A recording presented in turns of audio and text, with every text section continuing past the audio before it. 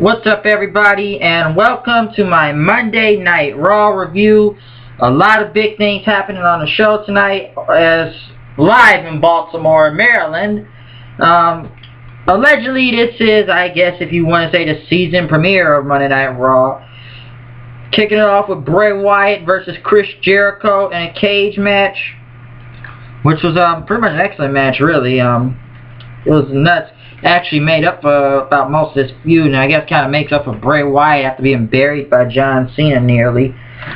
Pretty much Jericho jumping on top of the cage was great. The people kind of went, holy shit. He tweaked his knee as Jericho and Bray Wyatt fought to get out of the cage door, but Wyatt was able to get through the door there and then slamming Jericho's leg into the cage door there, hitting his sister Abigail on him inside of the ring, pretty much beating Jericho, and then after that same followed the buzzards.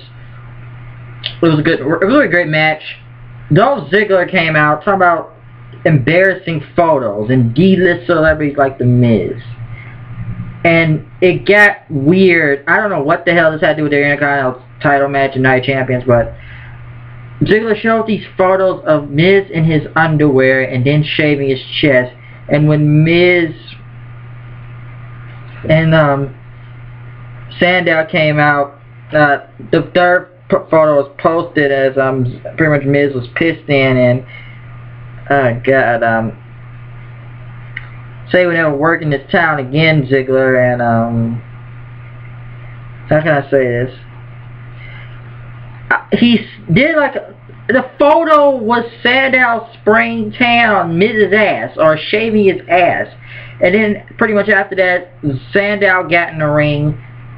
Ziggler took him out with a zigzag and pretty much told Miz to get in the ring, and he didn't. So I don't know where the fuck this was funny. I don't know if it was funny or not. It was kind of very creepy on some gay type of shit, really. So let me get this straight. Why the hell is we showing Miz of him in his underwear, shaving his chest, and the weird part about we gotta see Damien Sandow spray tan or shave his ass? What the hell was with that? I didn't understand. I don't know. Some homophobic shit. Because I'm like, sure, this is funny because it's kind of getting creepy of Miz naked and then Sandow's right there smiling, spraying tan on his ass. So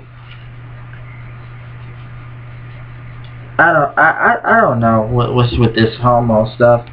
Natalya Rosa Mendez went against AJ and Paige. People chanted CM Punk, and pretty much after the match then, AJ won with the Black Widow over Rosa Mendez since she really wasn't tagging Natalya, and then her and AJ pretty much started arguing in the ring then, until and pretty much I guess Paige started skipping around the ring then, and AJ left, where she skipped away then, pretty much after trying to take the title from each other. So, I don't know what they're doing with that.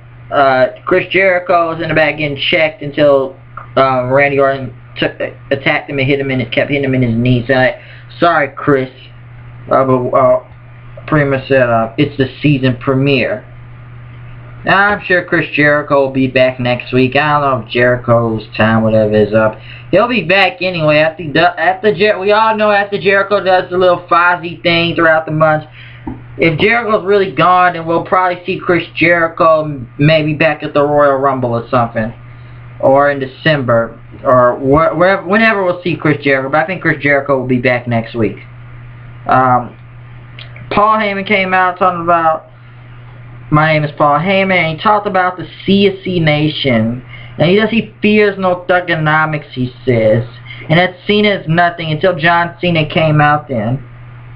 And pretty much Heyman told him about the attitude, like, I called you one of the greatest WWE champions last week, and pretty much because you kept getting up after Brock Lesnar, and pretty much he came to drop the warning to John Cena, and he pretty much said, I'm going to tell you how to beat he said, I'm going to tell you how to beat Brock Lesnar, because Brock Lesnar is only the three things he's going to listen to. He's going to listen to the referee because he gets the squat out. He's going to listen to Paul Heyman because he strategizes all the matches. And he's going to listen, to pain and agony his opponent will suffer. and pretty much I'm giving you the game plan. Cena pretty much gave his game plan was to never give up. And he talked about how Undertaker was beaten at WrestleMania and no one hasn't seen The Undertaker in over 6 months.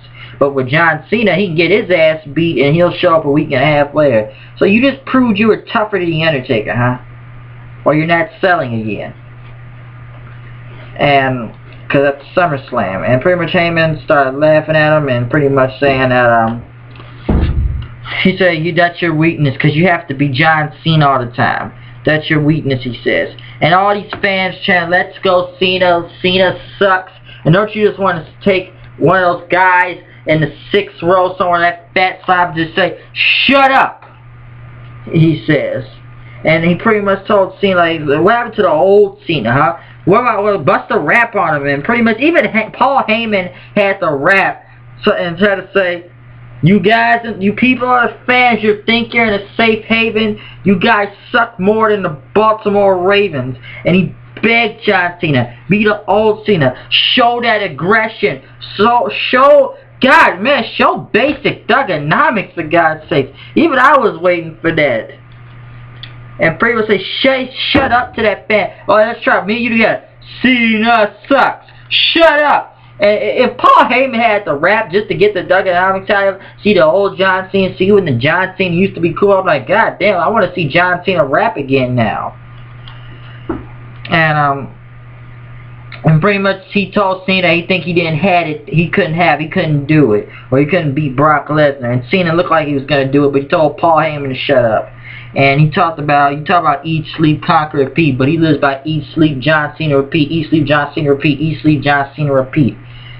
And pretty much you think I'm gonna change for some cheap pops, so some fat dude on the internet can go, even when he turns heel, pretty much still go back and say he still sucks in his comments.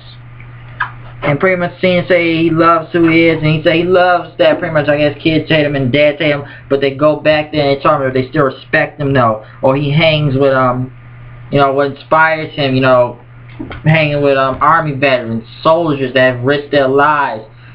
Even though come pretty much a person that was in Iraq, lost his leg, but still respected and wanted to meet John Cena, he says. And he said he wasn't going to give up, he says. And that's how he is. He is John Cena. He's never going to stop. And he said, enough of this, enough of talk. He wants to fight. And he said he's not going to fight Paul Heyman right now. But he says, you tell Brock Lesnar he wants to show up next. Tell him to show up next week because he wants to fight. And if he doesn't show up, then I ask Paul to fight him. It was pretty much a great promo. People still think, I don't know if Cena's ever going to go heel or not, as people are going to say.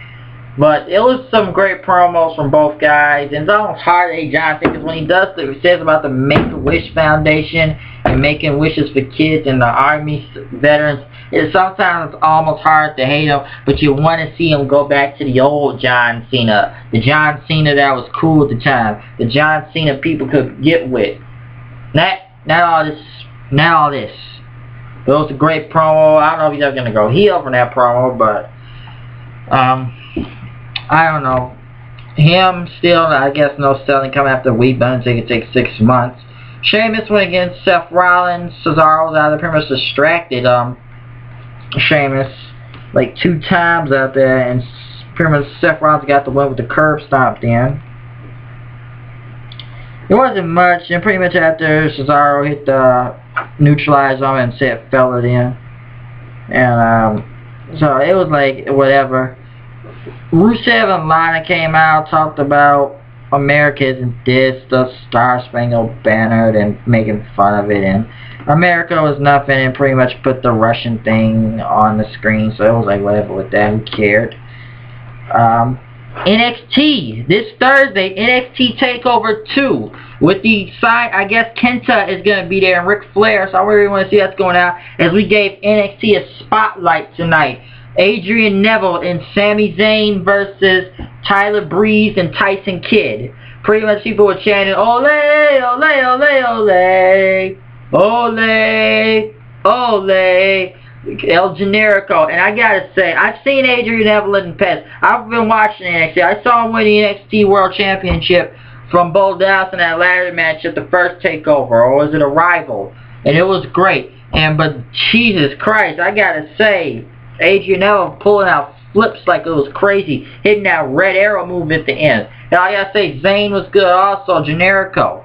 It was crazy. I was glad they gave NXT a bit of a spotlight. Come on, you give these guys a live television, Monday Night Raw. Showed them what they got. I gotta say, Adrian Neville kind of showed out tonight. The people were kind of popping for him. So it was kind of good for once to let NXT get a little bit of spotlight on Monday Night Raw, since they got the takeover this Thursday. Title's gonna be on the line.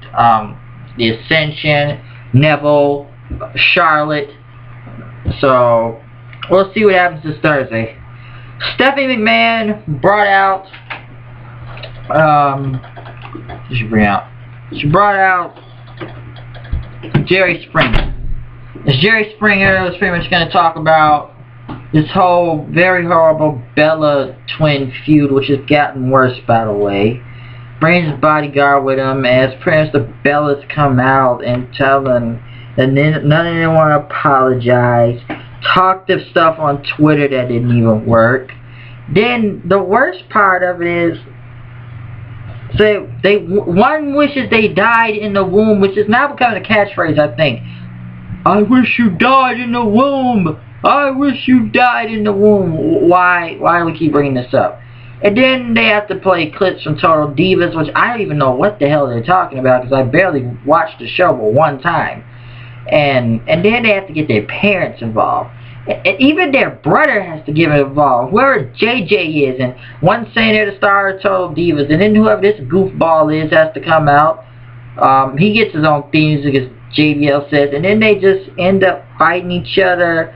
And I guess I don't even really know what they're doing at this point with this feud. And then one of them, I thought it was funny when they started fighting each other, and then one of the Bellas slapped their brother, and then said, JJ's down. I like where JBL's comment right after. Who cares? Who cares about this segment? And then when they're brawling in the ring with each other, they're all falling all over top of Jerry Springer. Is Jerry Springer really still relevant? I like Jerry Springer. Is he still relevant to this day, though? It's Jerry Springer. I don't mind him, but...